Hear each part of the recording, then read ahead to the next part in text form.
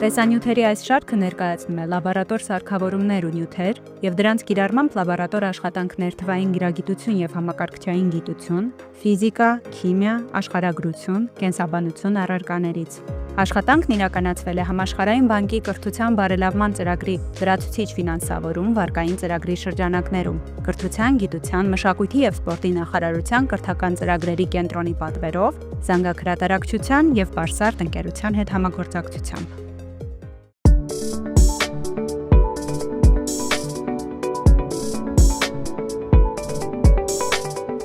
Ողջույն։ Այս լաբորատոր աշխատանքի ընթացքում մենք օգտվելով մաթեմատիկական ճոճանակից, փորձարարական եղանակով կորոշենք ազատ անկման արագացման մեծությունը։ Հիշենք, որ մաթեմատիկական ճոճանակ ասելով հասկանում ենք իդեալականացված համակարգ, որը կազմված է անկշիռ չձգվող երկար թելից և նրա ծայրին ամրացված փոքրիկ գնդիկից։ Իրական ճոճանակը կարելի է համարել մաթեմատիկական, եթե թելի երկարությունը գնդիկի չափերի համեմատ շատ մեծ է, և թելի դեֆորմացիաներն այնքան փոքր են, որ թելի երկարությունը կարելի է համարել անփոփոխ։ Մաթեմատիկական ճոճանակը բնութագրող մեծություններից են ճոճանակի երկարությունը,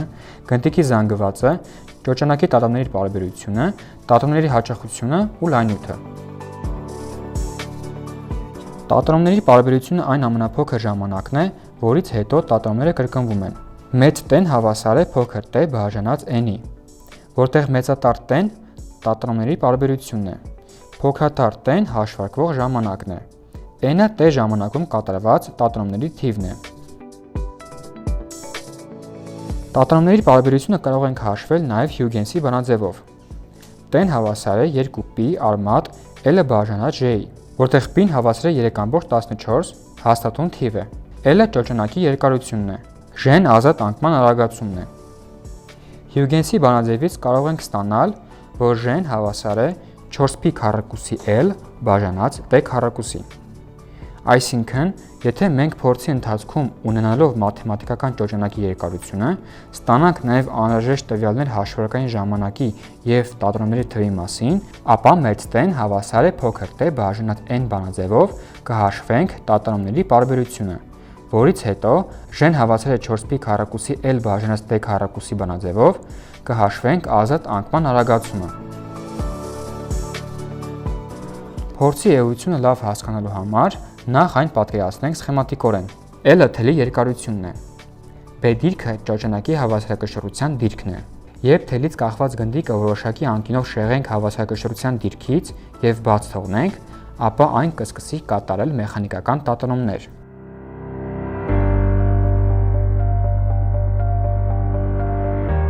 Այս տատանումները փորձարարական ճանապարհով ուսումնասիրելու և ազատ անկման արագացումը որոշելու համար մեզ անհրաժեշտ են հետևյալ սարքերն ու սարքավորումները։ Մաթեմատիկական ճոճանակ։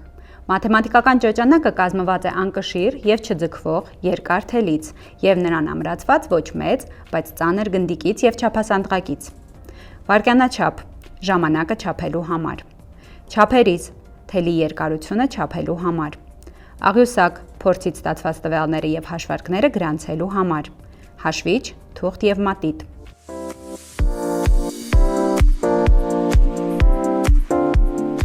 Գնդիկը մեծ լայնութով չճոճել վնասվելու վտանգից խուսափելու համար։ Սարքավորումները ավարտից հետո տեղադրել անվտանգ վայրում։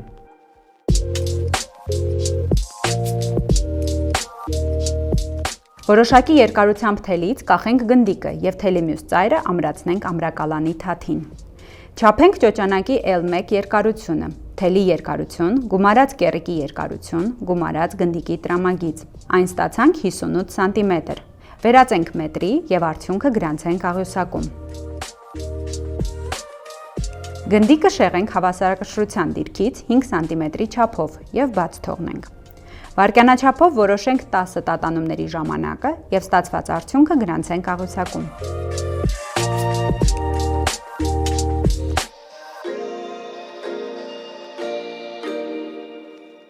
Փորձը կրկնենք ևս 4 անգամ, ամեն անգամ փոփոխելով ճոճանակի երկարությունը և արդյունքները գրանցենք աղյուսակում։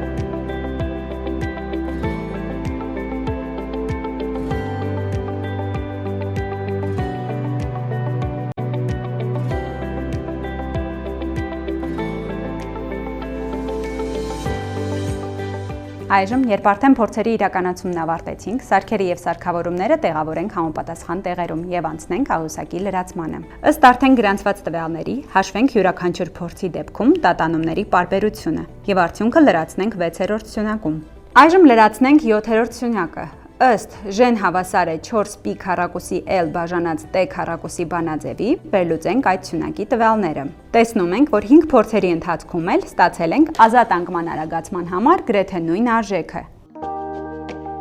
Եթե միջինացնենք այն, կստանանք 10.48 մետր/վայրկյան քառակուսի, ինչը բավականին մոտ է նրա տեսական արժեքին՝ 9.8 մետր/վայրկյան քառակուսում։ Հարաբերական սխալը կլինի մոտ 7%, ինչը թույլատրելի սահմաններում է։ Այն պայմանավորված է ճոճանակի երկարության չափումների, ժամանակի չափումների ճշգրտության և մի շարք այլ պայմանների հետ։